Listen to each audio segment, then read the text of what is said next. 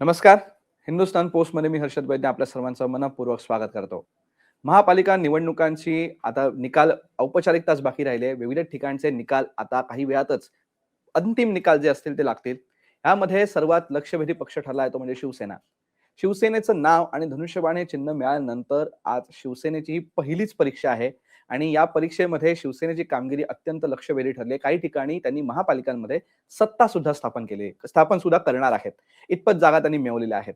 या सगळ्या कामगिरीचं विश्लेषण होणं आज गरजेचं आहे. कशा पद्धतीने शिवसेनेची कामगिरी राहिली आहे, महायुतीची कामगिरी राहिली आहे, या सर्वच गोष्टींचं विश्लेषण करण्यासाठी आज आज आपल्यासोबत उपस्थित आहेत शिवसेनेचे प्रवक्ते अनिल त्रिवेदी सर.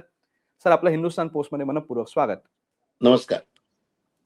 सर, आता मुंबई महापालिकेचे निकाल आता काही वेळातच अंतिम निकाल आपल्या सगळ्यांच्या हातात येतील. महापालिकेमध्ये महायुती सत्ता स्थापन करणार ह्याची फक्त आता औपचारिकताच बाकी राहिली आहे आणि ह्याच्यामध्ये शिवसेनेचा वाटा लक्षवेधी आहे. आपली पहिली प्रतिक्रिया काय? सर्वप्रथम पहिली प्रतिक्रिया हीच आहे की संपूर्ण मुंबईकरांचे मनापासून आभार व्यक्त करतो आपण दाखवलेल्या या विश्वासाबद्दल आणि ज्या पद्धतीचं मतदान झालेलं आहे. आताची संख्या ही 125च्या घरात गेलेली आहे. मुंबई महानगरपालिकेमध्ये महापौर निवडण्याकरता 114 जागांची आवश्यकता असते. संध्याकाळपर्यंत हे सगळे निर्णय आल्यानंतर नेमकी संख्या किती आहे याची आपल्या सर्वांना माहिती होईल आणि त्यानंतर पुढच्या सगळ्या प्रक्रियेला सुरुवात होईल. अनिलजी, आता महायुती सत्ता स्थापन करणार हे तर आता जवळपास आपण निश्चितच झालेलं आहे. पण या दोन्ही पक्षांमध्ये सत्तेचं वाटप कसं असेल? महापौरपद कोणाला, उपमहापौरपद कोणाला, ज्याच्या हातात, ज्या समितीच्या हातात महापालिकेच्या सगळ्या चाव्या असतात, ती स्थायी समिती कोणाला, कसं वाटप असेल, काय वाटतं? आपल्या माहिती करता आपण ज्या दोन पक्षांचा उल्लेख केला त्या तिथे मी करेक्शन करू इच्छितो. रिपब्लिकन पक्ष ऑफ इंडिया आठवले घटक पण आमच्या महायुतीचा अविभाज्य घटक आहे.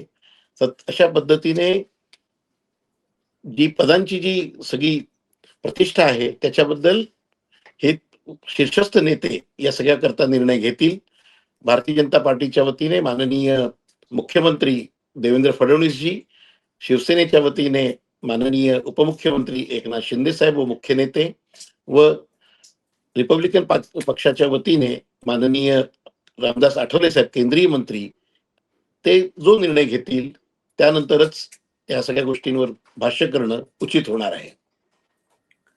अनिलजी, मला तुम्हाला पुढचा प्रश्न असा विचारायचा आहे की शिवसेना कायम हिंदुत्वाचा पुरस्कार करते. आम्ही बाळासाहेब ठाकरे यांचं हिंदुत्व पुढे घेऊन जात आहोत असं कायम सांगितलं जातं.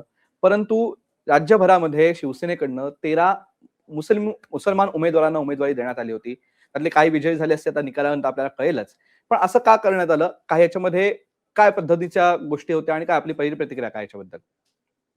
या सगळ्या गोष्टी एवढ्या करता करण्यात आल्या की काही सामाजिक समीकरणं मुंबईमधली जी आहेत ती त्या अनुषंगाने निर्माण झालेली आहेत. आपण जर पाहिलं तर अणुशक्ती नगर आहे, चित्ता कॅम्प आहे, अशा वेगवेगळ्या ठिकाणी बहिरामपाडा आहे, भायखळ्यामध्ये काही अशी ठिकाणं आहेत. त्या ठिकाणी ज्या ज्या समाजाचं प्राबल्य आहे, ज्या ज्या समाजाची लोकसंख्या आहे, आज आपण प्रत्येक मतदारसंघामध्ये आपण जर पाहिलं तर तिथे त्या संख्येला, त्या समुदायाला आपण आपण त्यांना विश्वासात घेऊनच सबका साथ सबका विकास आणि त्याच धर्तीवर आपण जाऊ शकतो. आणि जे जे मुस्लिम बांधव राष्ट्रवादी आहेत, जे या मातीशी एकनिष्ठ आहेत, आम्ही त्यांच्याही बद्दल विचार करणं गरजेचं आहे आणि त्याही समाजाचं प्रतिनिधित्व होणं अत्यंत जाणीवपूर्वक घेतलेला तो निर्णय आहे. हिंदू हृदय सम्राट बाळासाहेब ठाकरे साहेबांच्याही मंत्रिमंडळामध्ये एकेकाळी शावीर शेख नावाचं व्यक्तिमत्व ते कामगार मंत्री म्हणून सुद्धा होते, जेव्हा मनोहर जोशी सर महाराष्ट्र राज्याचे मुख्यमंत्री होते. तर या सगळ्या गोष्टींबद्दलच आम्ही विचार केलेला आहे आणि आमच्या बरोबर त्याही सगळ्या समाजांना बरोबर घेऊन जाणं ही आत्ताची गरज पण आहे आणि काळाची पण गरज आहे. अनिलजी, मला पुढचा प्रश्न ठाणे आणि डोंबिवलीबद्दल विचारायचा आहे. ठाणे ही हा शिवसेनेचा बालेकिल्ला रादर बाळासाहेब ठाकरेंच्यापासून ठाण्याची शिवसेना, शिवसेनेचे ठाणे अशी एक ओळख होती. ठाणे जिल्ह्यामध्ये शिवसेनेचं प्राबल्य होतं. आज ठाणे महापालिकेमध्ये शिवसेना आता सत्तेपासून थोड्याच काही अंतरावरती आहे. मी काही काळात ती सत्ता कदाचित स्थापन सुद्धा होईल. कल्याण डोंबिवलीमध्ये सुद्धा भाजपा आणि शिवसेना हे दोन्ही पक्ष समसमान पातळीवरती आहेत. दोन्ही पक्ष इथे दोन्हीकडे सत्ता स्थापन करतील असं दिसतंय चित्र आता सध्या तरी. परंतु याच्यामध्ये बरेच वादंग झाले होते, बऱ्याच गोष्टी झाल्या होत्या. या निवडणुकीच्या पार्श्वभूमीवरती बऱ्याच कडू वाईट गोष्टी झाल्या. आपली ह्याच्याबद्दलचं अनालिसिस काय? आपली प्रतिक्रिया काय? कशा पद्धतीने या गोष्टींमध्ये आता उत्तरं शोधली जातील? आपल्या माहिती करता ठाण्यामध्ये जी आतापर्यंतची जी मतमोजणी चालू आहे 131 जागांपैकी 34 ठिकाणी शिवसेना अग्रेसर आहे. भारतीय जनता पार्टी 19 जागांवर आहे. कल्याणमध्ये 122 जागांपैकी 46 जागेवर भारतीय जनता पार्टी आहे आणि 28 जागांवर शिवसेना आता पुढे आहे. अजून मतमोजणी चालू आहे आणि ती मतमोजणी झाल्यानंतरच काही गोष्टींवर बोलता येईल. पण आपल्या आपल्या माहिती करता ज्या पद्धतीने राज्यामध्ये महायुती आहे त्याच पद्धतीचा निकाल तिथे पण होईल. तिथे पण महायुतीच राहील आणि अशाच पद्धतीने ठाणे आणि कल्याण याचाही निर्णय घेण्यात येईल. कारण ठाणे हे सर्वात पहिली सत्ता शिवसेनेची ठाण्यातच आली होती आणि त्यानंतर मुंबई महानगरपालिकेत शिवसेनेची सत्ता आली म्हणून ठाणे आणि आत्ताचे सध्याचे माजी मुख्यमंत्री व उपमुख्यमंत्री हे ठाणे जिल्ह्यातूनच माननीय एकनाथ शिंदे साहेब येतात आणि एकनाथ शिंदे साहेबांचं केलेले इतक्या वर्षाची ही त्यांची तपश्चर्या आणि साधना आहे आणि समाजसेवेची केलेली कामं आहेत. त्याच अनुषंगाने लोकांनी एवढं भरभरून त्यांना मतदान केलं आहे. ठाणे म्हणजे शिवसेना आणि शिवसेना म्हणजे ठाणे अशा पद्धतीचं जे इक्वेशन आहे ते कायम राहिलेलं आहे. त्याकरता समस्त ठाणेकरांचेही मनापासून आभार की त्यांनी पुन्हा एकदा शिवसेनेवर तोच विश्वास दाखवून पुन्हा एक नंबरच्या पक्षावर त्यांना उभं केलंय. ही अत्यंत आनंदाची बातमी आहे. अनिलजी, मला पुढचा प्रश्न म्हणजे या मुलाखतीचा शेवटचा प्रश्न राधा मला तुम्हाला विचारायचा आहे, की जेव्हा एकनाथ शिंदे मुख्यमंत्री बनले होते, त्यांनी त्यावेळेला त्यांच्यावरती शिवसेनेवरती टीका व्हायची, की हा शहरी भागापुरताच किंवा ठाणे, कल्याण, डोंबिवली या भागापुरताच मर्यादित असा पक्ष आहे. अशा पद्धतीची टीका त्यांच्यावरती व्हायची, असं सदैव त्यांना म्हटलं जायचं. परंतु नगरपालिका निकाल जे लागले त्याच्यामुळे सुद्धा महाराष्ट्रभर हे शिवसेनेचे आमदार, शिवसेने नगरसेवक, नगराध्यक्ष निवडून आले.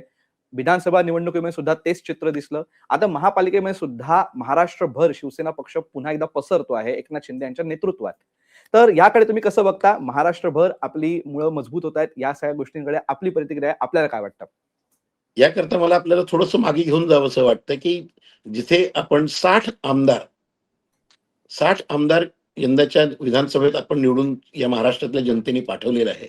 याचाच अर्थ असा होतो की तेवढ्या विभागांचं प्रतिनिधित्व शिवसेना आजही करत आहे. म्हणून हा जो प्रसार आहे तो शिवसेनेचा पुढे आम्ही तर 19 राज्यांमध्ये पण महाराष्ट्र व्यतिरिक्त अजून 19 राज्यांमध्ये पण आम्ही राज्यप्रमुखांच्या नेमणुका केलेल्या आहेत. शिवसेना पक्षाचा विस्तार हा संपूर्ण देशभर होऊ शकतो. कारण हिंदू हृदय सम्राट बाळासाहेब ठाकरे साहेबांचा जो विचार आहे तो एका जिल्ह्यापुरता एका राज्यापुरता नसून हा संपूर्ण देशाचा विचार होऊ शकतो. गर्व से कहो हम हिंदू आहे ही जी त्यांनी दिलेली घोषणा जी होती ती 1992ची ही संपूर्ण देशाकरता लागू होती.